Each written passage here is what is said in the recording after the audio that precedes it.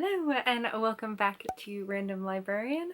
Sorry for the background, but as I mentioned in my last video, your girl is moving to France, which means before she does that, she is moving the library of books that she was storing in her bedroom as part of her previous job, which I have now given notice to, so I'm allowed to talk about this in videos and no one will find out that didn't already know. Which is good.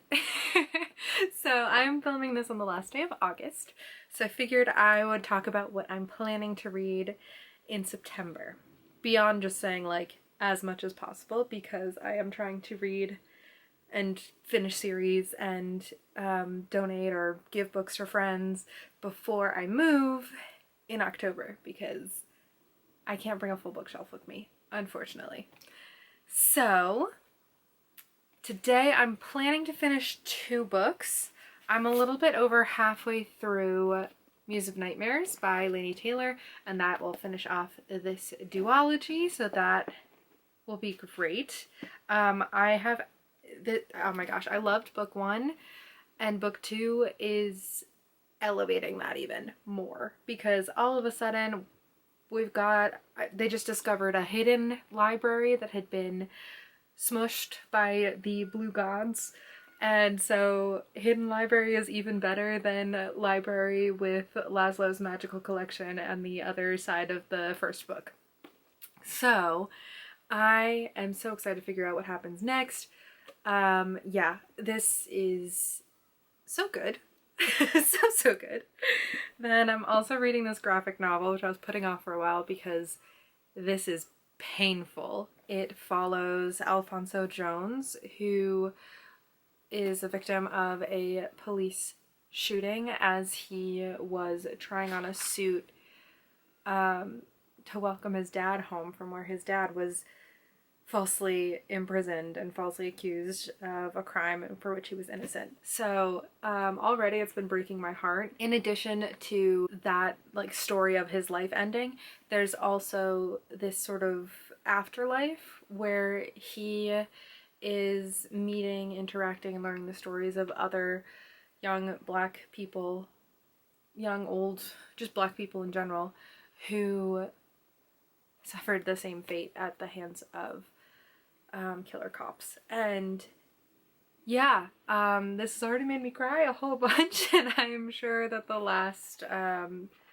50 odd pages are really going to just wrench my heart out. So these 2 I'm hoping to finish today, so I'll count them towards August, but I didn't talk about them in my video about what I read in August because I've already filmed that, and I didn't think I was going to be finishing 2 books on the last day of August, so here we are. And then next up, basically I'm setting up this bookshelf with books that I'm hoping to read. So what's weird about this right now is that the BPL, so the Boston Public Library, is having a problem with Libby. So all of the books that I've placed on hold, even the ones that have recently become available, I'm not able to borrow, renew, or place new holds. So it's a little tricky. So for the ones that I currently have, I have Muse of Nightmares, which is due in 3 days. I have The Water Dancer, which I think is actually on my second library account from my hometown, but I'm about 40% through with this one, so I really have to finish this. It's also one of Shelby, my best friend from grad school, one of her favorite books of all time. So Docile is a book that I've been talking about for, I think, a couple of months at this point, and it's taking me a really long time to read it because it's very intense, and it is sci-fi, but it feels like the kind of sci-fi that could happen, and it's freaking me out the more I read it. But I gotta finish it before I go, so there's that. I have Winter's Orbit, which was on, it's another one that I've started and just haven't finished. Very fun sci-fi so far. A lot of political stuff happening in outer space. I've started Sky in the Deep, which I have on Libby as well, and this I don't know too much about because Book Talk told me not to read the back because it gives away a lot of things. So far, she saw her brother, who she thought was dead, on a battlefield, and when she followed him, he basically kidnapped her and took her back to the other side's camp, and he's like currently got her tied up and might be doing something that will keep her from going to Valhalla. So I've got lots of questions. City of Girls, it's another audiobook I have, and this is one that I read I started reading on my way to the American Library Association conference in Philadelphia, the last one I was able to go to in person, and it is set in New York in 1940 after Vivian gets kicked out of Vassar College. She moves to New York and gets wrapped up in like showgirl and the stage and stuff, so definitely an interesting historical fiction. Mentioned this before, not gonna talk about it too much because I think the author is iffy.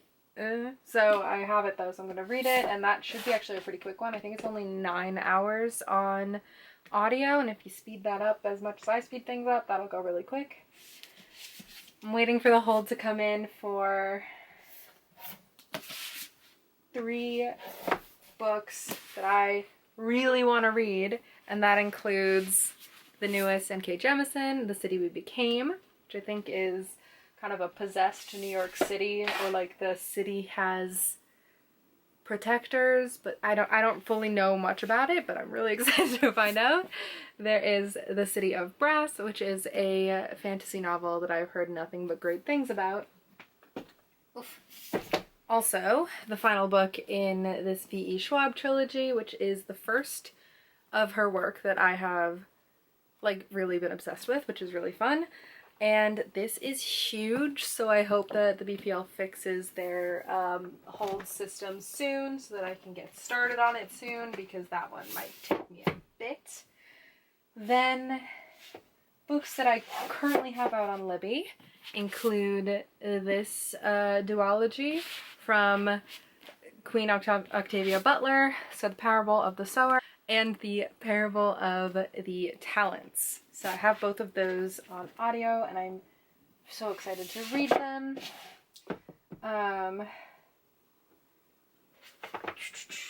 Another duology that I have is Akata Witch and Akata Warrior, which is Nigerian based, I think. I'm waiting to get the audio for these two, but I loved book 1 of this trilogy, the Inheritance trilogy by N.K. Jemisin, when I read it last month, so I'm hoping I can get to those. Oh, and I got stickers in one of them. Ta-da! From when I bought it. I am a social distance champion. Go me. Okay, on this first shelf I also have The Lager Queen of Minnesota. This is an ARC, but I bought it at a library book sale, so I didn't actually get this when it first came out in 2019. It's a family history, 3 generations of a beer making family. So that is not really something I've ever read about before. I've also been meaning to read The Vanishing Half for what feels like forever. Another family drama, but this time about the 2 stories of twins, one of which passes for white and one of which lives in the Black community. And I'm sure people have heard about that already. Britt Bennett is kind of a titan at the moment. Then I have, this is another author that I've been told is problematic, but I haven't done too much research into. But I want to read The Gentleman's Guide to Vice and Virtue. I'm trying to find more characters, or books with bisexual characters, because I know people have asked me for recommendations for them, and I'm sure have asked many a librarian for recommendations. Then I have book 3 of this. This one is low on the list, just because I I don't think I like JLA's writing. Sorry, I know I'm probably in the minority there, but I have it, so I might as well read it, even though this is no longer a trilogy. I can't believe she's writing more books in this series. And I do want to know what happens, because at the end, Poppy has that big... At the end of book 2, Poppy has a big revelation. It's just like, what's gonna happen there? So, yeah. Ugh. Since I'm loving Laini Taylor so much, I do have her trilogy, Daughter of Smoke and Bone, Days of Blood and Starlight, and Dreams of Gods and Monsters. Alright, so this is going to be a two-parter as well because my camera died and then the light died and it's the next day and I have no idea what my bangs are doing, so it's a very good thing I'm growing them out. Anyways, more things that I'm going to read this month. I think we basically covered this top row. I'm waiting on some of these holds to come in, but I'm hoping that I'll be able to read them next month. Then if we go down here, I have the box set of Laini Taylor's trilogy, and so I'm excited to read this because I finished the duology yesterday and really ended up enjoying the way it all wrapped up and how everything came together. I thought that was just kind of like the perfect duology, to be honest.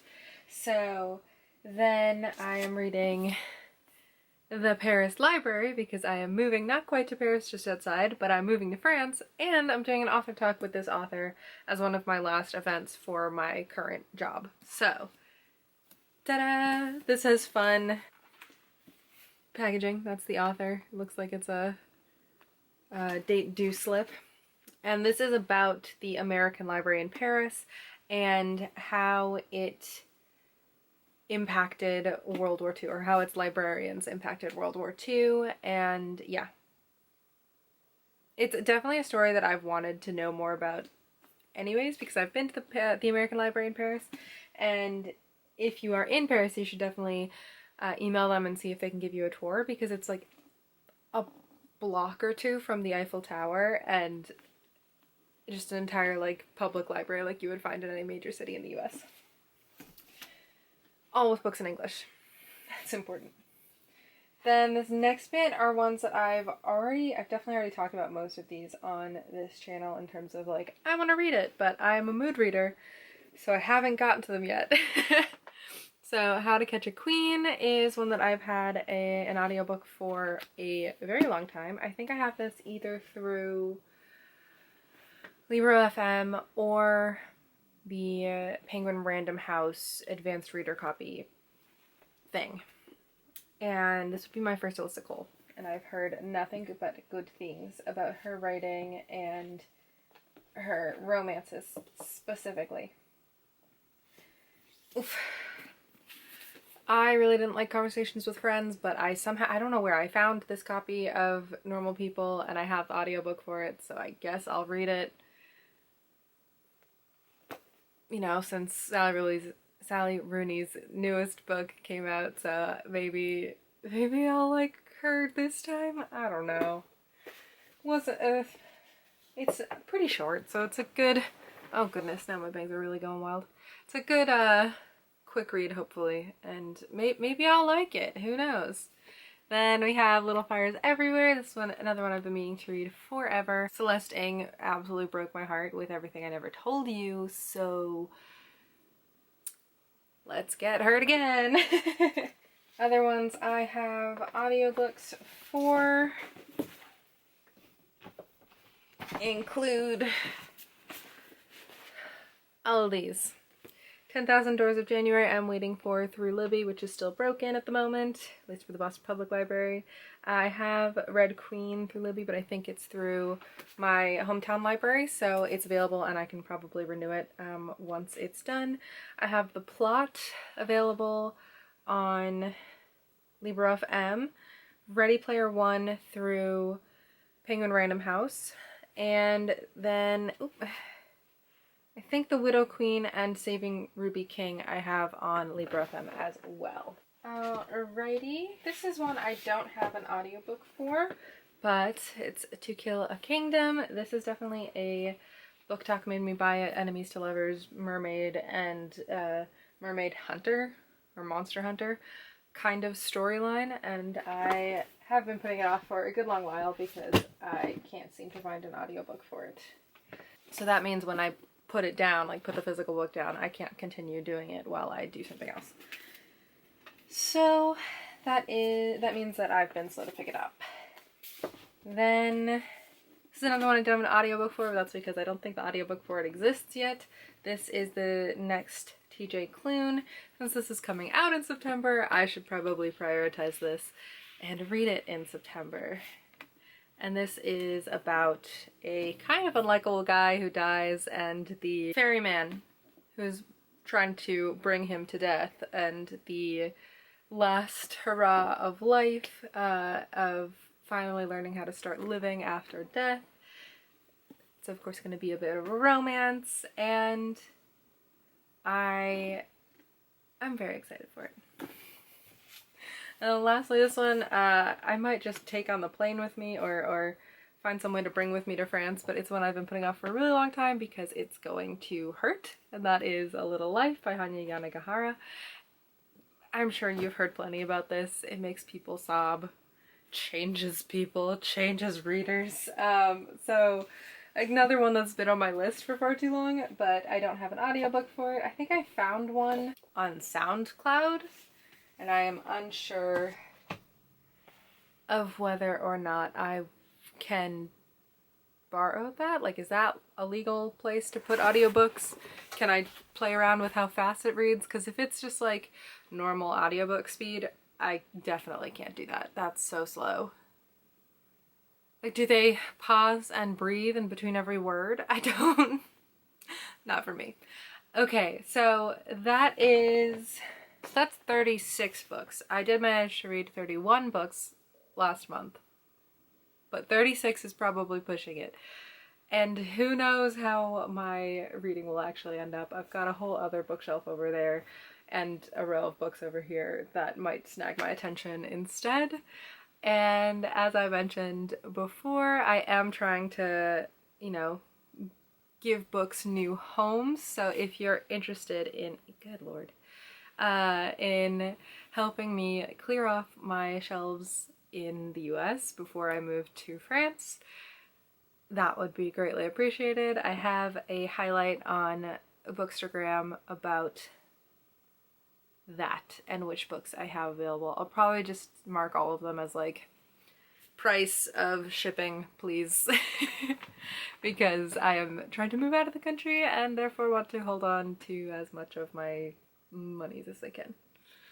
So I hope you enjoyed this first thing in the morning follow up to my September TBR thing. If you did, please let me know. Let me know what you're reading this month, and I will see you in another video soon. Bye!